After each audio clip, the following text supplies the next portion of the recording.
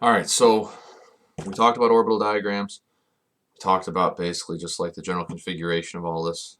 Now we're going to talk about something called electron configuration, which is orbital diagrams, which is the arrow thing, but no arrows. It's a lot faster. It's a lot simpler. Everybody likes it a lot better. But it helps to understand the arrows in the beginning, because I mean, you like look at all these and you're like, wow, that's a lot of arrows. And then some of the more the longer examples from your homework, it's like, wow, that's a ridiculous amount of arrows.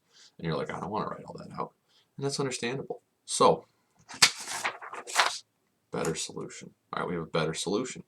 And that is pretty much just electron configurations. So let's go back to, let's look at fluorine again. So our example, our example of fluorine here was, this was the orbital diagram of it. Pretty simple. All right. Instead now, though, let's check this out, though. Electron config.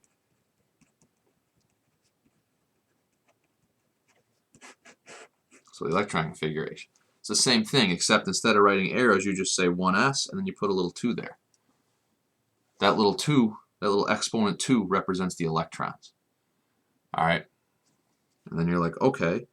So now you're like, all right, next one, 2s. How many arrows do I have? You put 2 there. Much simpler. 2p.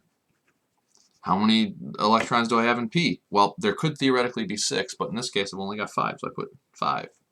And that's your electron configuration for fluorine. It's a lot simpler. It's a lot faster. It's much better. Though it helps to understand the other way first,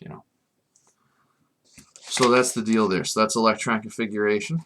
But no, let's do some more examples. Now the thing is, like, this can apply to anything, and it does just make it faster. All right, so if you want, we can, and you don't need the orbital diagrams. It's pretty easy because you can just identify. So like, let's look at whatever we want. Let's look at, like, I don't know. Let's look at phosphorus. So phosphorus is right there. All right, so this is phosphorus right there. So let's go through and write it out. So we got 1s. Okay, we know what it starts with. So we're going to do phosphorus. It's 1s. Now, I'm not going to put dashes. I'm just going to count.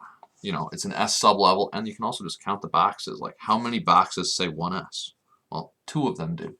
So 2 electrons. Then you go down to 2s. And you're like, oh, there's 2 electrons because of the S. Then you get to 2p.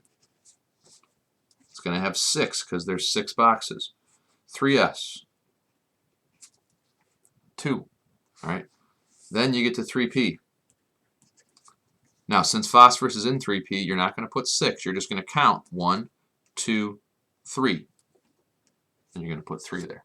And that's the electron configuration. It's a lot faster. It's a lot easier. But again, you got to understand orbital diagrams, the arrows, for this to make sense. All right. So that's the electron configuration.